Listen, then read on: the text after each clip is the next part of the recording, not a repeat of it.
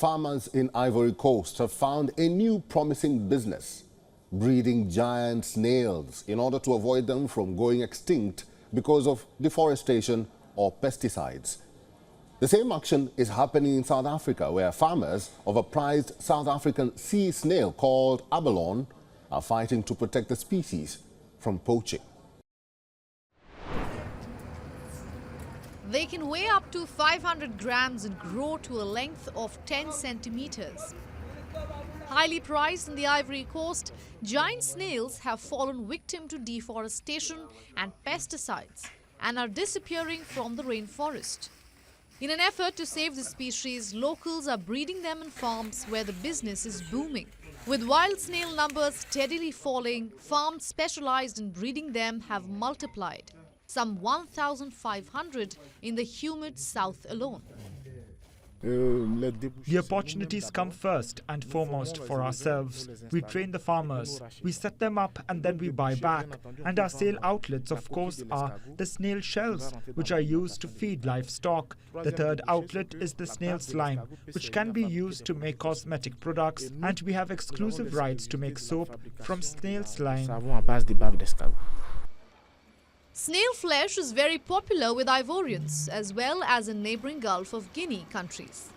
It is typically consumed with a spicy sauce or grilled on skewers.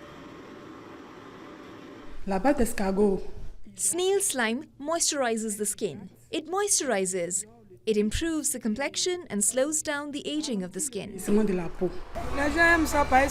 People like it because it's soft. If it's well prepared, it's very tasty. But as these big slimy creatures become booming business in West Africa, their far distant cousins are facing extinction in the seas of South Africa. The abalone is a curious fish-sized sea snail that is highly prized morsel in East Asia. Because I don't want to stock the sea to create a bigger poach environment. So if government can come up with a plan so we can protect what we put back, we'll be in. We'll give the abalone for free. I don't want to start a vicious circle. I put in, someone else takes out, and it all ends up with bad people. So if it's protected, we really want to do it. I believe abalone's got a place in the sea, and there's only a few left out there. At first, the South African government banned abalone fishing completely. Now, strict quotas give fisher folk and other small operators lucky enough to get them the rights to catch 120 kilograms a year. That is too little. The total legal abalone fishing quota in South Africa is set at a maximum of 100 metric tons a year. Hong Kong imports between 2,000 to 3,000 metric tons of illegal South African abalone a year. Some of it is moved on to other big markets in China, Japan and Taiwan. We think abalone is sustainable seafood. Of course, I don't have enough knowledge from South Africa, but from what I understand, there's always a stable supply of abalone from South Africa. And their price is always very stable. And so we understand that they are farmed abalones. Abalone size is always very regular. Not some are big and some are small.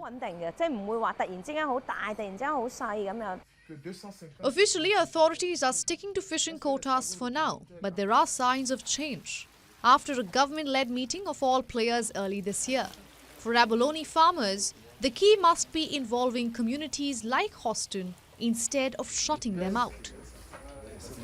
Bureau Report, WION World is One. WION is now available in your country. Download the app now and get all the news on the move.